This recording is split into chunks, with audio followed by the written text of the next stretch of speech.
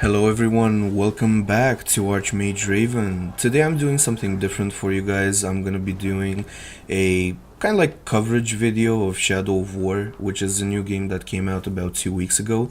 It's the sequel to Shadow of Mordor, which came out about 4 years ago, something like that. And it's been it's been having some backlash online, which honestly is understandable, and I'll get into the reason later in the video. But just kind of like starting off, this like the way that I would describe the game up front would be Orc Killer 2.0 or Orc Killing Simulator 2.0.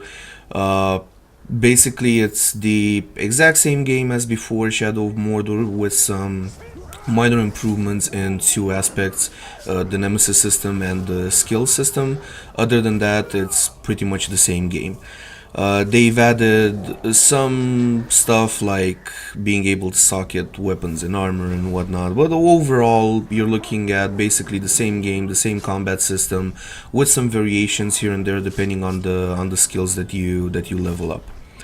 Now, before I get into anything else, just a bit of a quote-unquote backstory on my character here. So, I finished the first part of the game and are currently in the second part, which is called Shadow Wars, and honestly is just a filler, and I'll get into that as well. Uh, and I'm wearing the quote-unquote necromancer armor that you get when you finish the first part of the game, when you recapture Minas Ithil, or Minas Morgul as it's now known.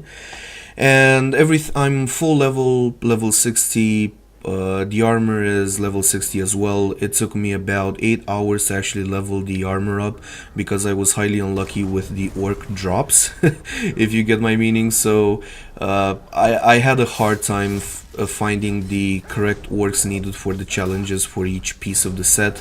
And the other problem was that when you actually recapture Minas Morgul, you get this ability to resurrect orcs. The problem is, you can resurrect captains in the army menu, but you already had to dominate them.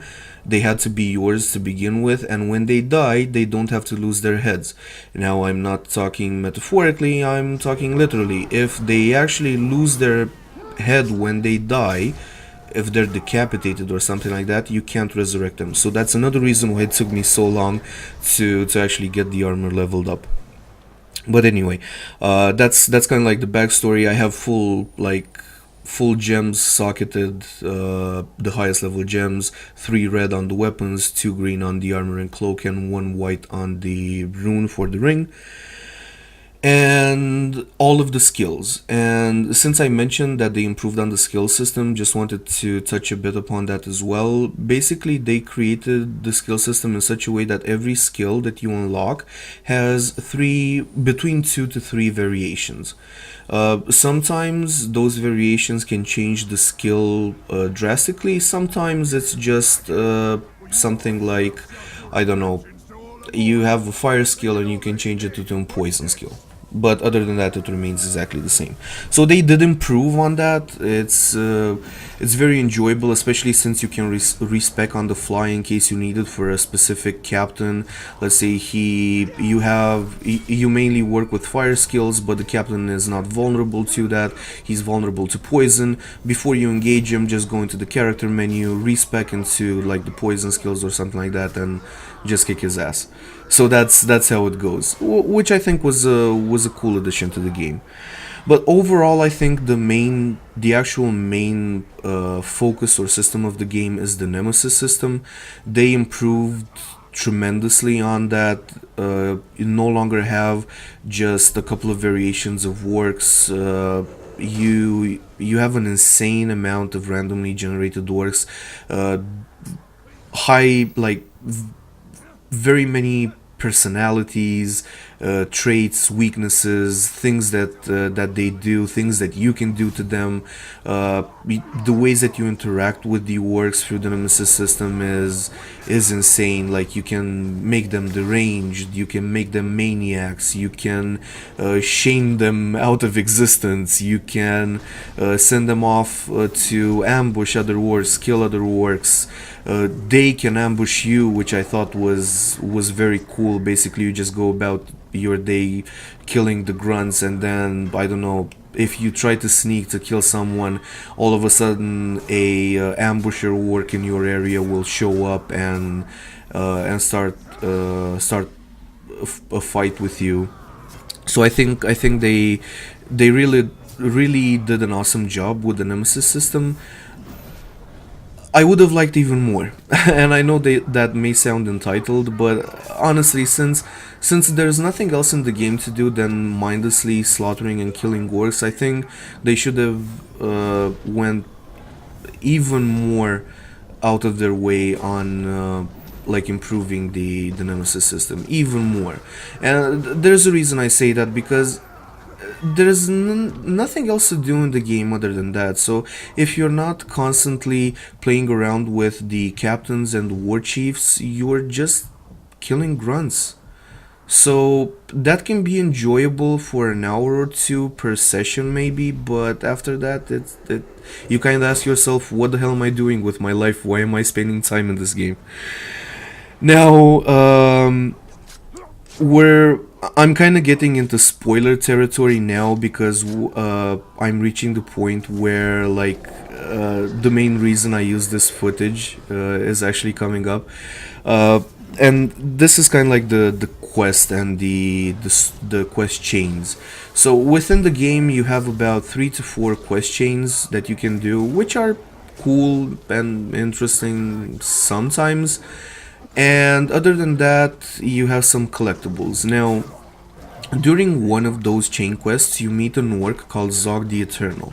So, spoiler alert, I'm gonna be detailing some things about that. So, this orc Zog the Eternal is kind of like a warlock necromancer. So he starts resurrecting the orcs in Mordor.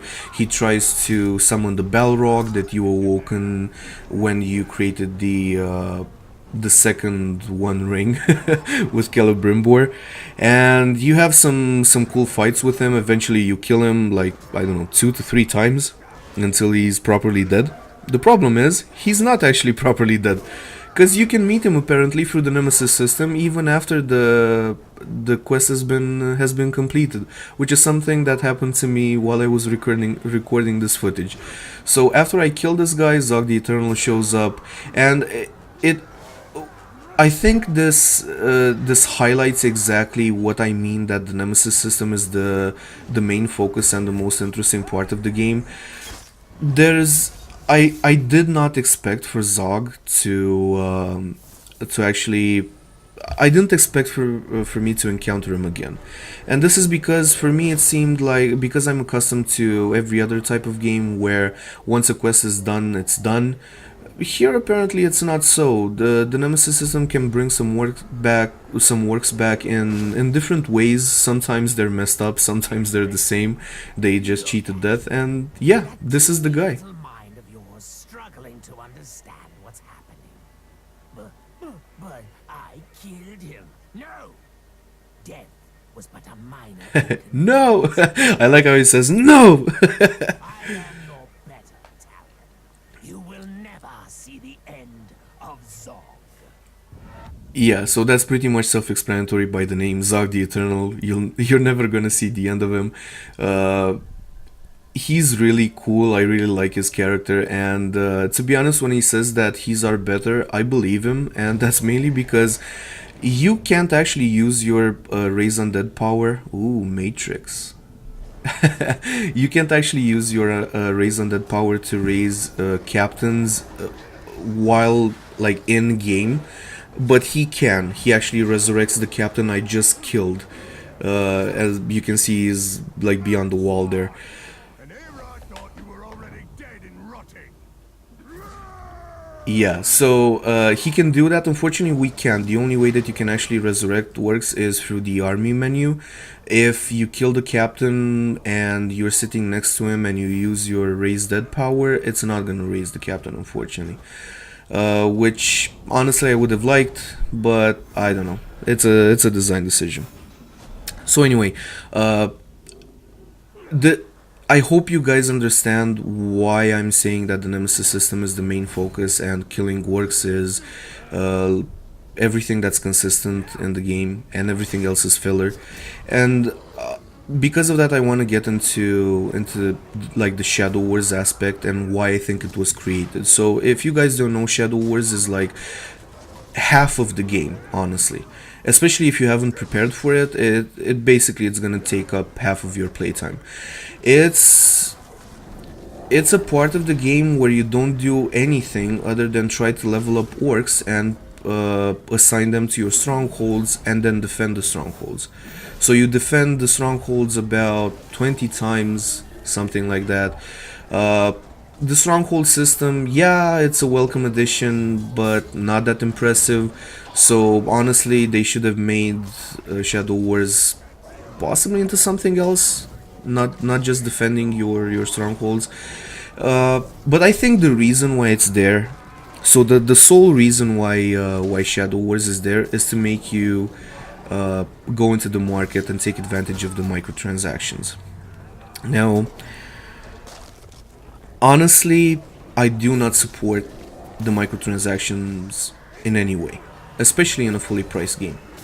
Like when if you've gotten like the platinum mithril whatnot edition of the game and you paid like $99 or $100 or how much it is. I only got the $60 version, the standard version. uh and then you're like enticed to spend even more money on microtransactions. There's a problem with the game. Like if you spend $100 on like the full version of the game, the full version of the game, and then you have to spend more, that's a huge problem. Now that's one of the reasons why everything that you're seeing right now is 100% in-game footage. So I did not accept the online terms of service. Consider it my own little boycott, let's say. Whenever you actually sign into the game, you or like at least the first time, you have to accept the online terms of service. I did not. So every time I log into the game, I have to they like download this terms of service document and ask me, do you accept the online terms of service? No. No, no, no, because I do not want to see your freaking market. I do not want your, I don't know, free loot boxes, shitty loot boxes that you give out when I reach a level or achieve something that you consider worth it. I do not want that. So I played the entire game offline. I did not do any of the multiplayer stuff, which I think is lackluster, to say the least. I did not care about it. I did not want to engage with any of the microtransaction and loot box systems. I did not want any of their rewards because look, shooting fireballs from a flying drake into an orc captain is enough for me. Now, if you guys like those types of things, microtransactions, and I know I have friends that I don't know spend money on them, it's like, ugh, God. Uh, yeah, I guess if that's your thing, do it. But you're supporting a system that's gonna destroy our games in the long run, and I fully support. I stand by that claim. But yeah. So anyway, overall, I think the final verdict for the game is gonna be 7 out of 10. I'm pretty much on par with Angry Joe here. Uh, if you like mindlessly killing orcs for hours on end without much else to do, then this is your game. If you like manipulating orcs in dark and I don't know macabre ways, then yeah, this game is for you. For anything else, I don't know, RPG related, story related, anything else, this is not the game for you. So I think that's kind of like the only thing that I can do. And honestly, if there was any way that I could protest more to stop them with their microtransactions bullshit, I will. But just to show you what I mean, the same way I'm putting my Caragor on top of Zog on his face, that's what I think of microtransactions. So see you guys in the next one. Cheers.